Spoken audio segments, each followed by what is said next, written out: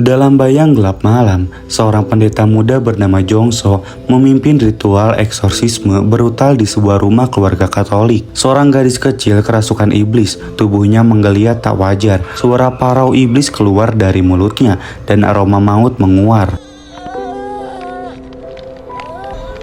Sang pendeta dengan penuh tekad dan doa memaksa iblis keluar dari tubuh si gadis. Namun upayanya gagal tragis. Anak itu meninggal, wajahnya pun hancur. Trauma ini menjadi luka yang tak kunjung sembuh bagi sang pendeta. Ia memutuskan untuk mundur dari dunia eksorsisme. Beberapa waktu kemudian, kakak Jongso yang bernama Kanggo, seorang pria dari keluarga yang lembut, memutuskan pindah rumah bersama istri dan 3 anak mereka. Anak mereka bernama Sonwoo, Yeonju, dan juga Wojung. Mereka berharap awal baru di lingkungan yang lebih tenang, namun rumah yang mereka tempati menyimpan rahasia kelam. Segera setelah mereka menetap, peristiwa-peristiwa aneh mulai terjadi. Wojung mengaku melihat seseorang yang menyerupai ayahnya, memandangnya dengan dingin dari luar rumah.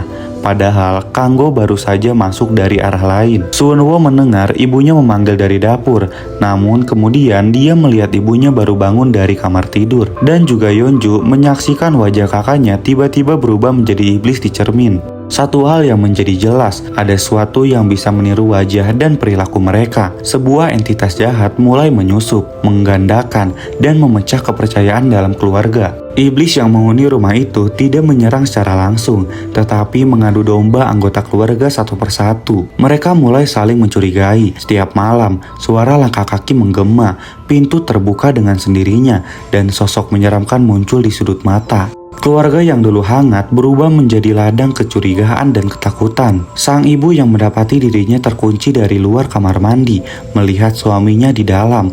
Padahal pria itu mengaku tak masuk. Identitas menjadi kabur.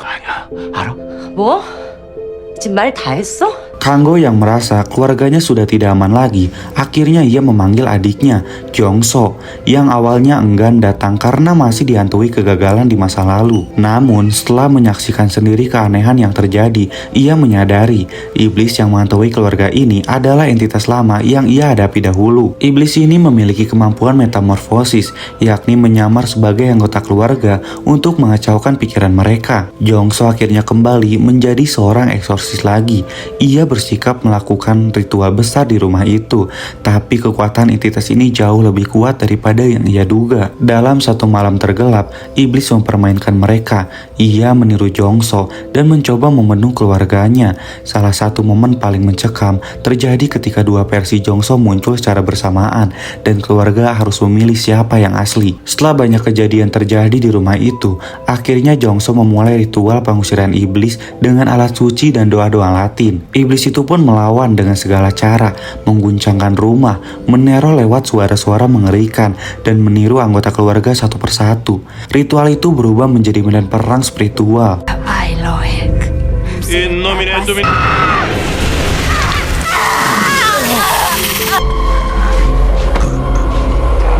Akhirnya, iblis mengambil wujud seorang gadis, sosok yang dulu mati saat ritual pertama Jongso.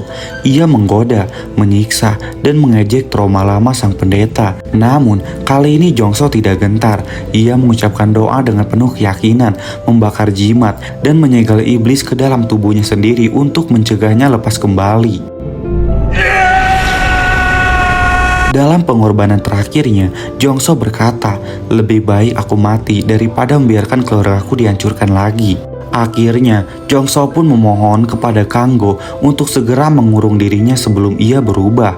Kanggo, dalam tangis dan rasa bersalah, mengurung Jongso di ruangan bawah tanah yang telah disegel dengan salib dan doa. Dan ya, akhirnya si pendeta pun meninggal.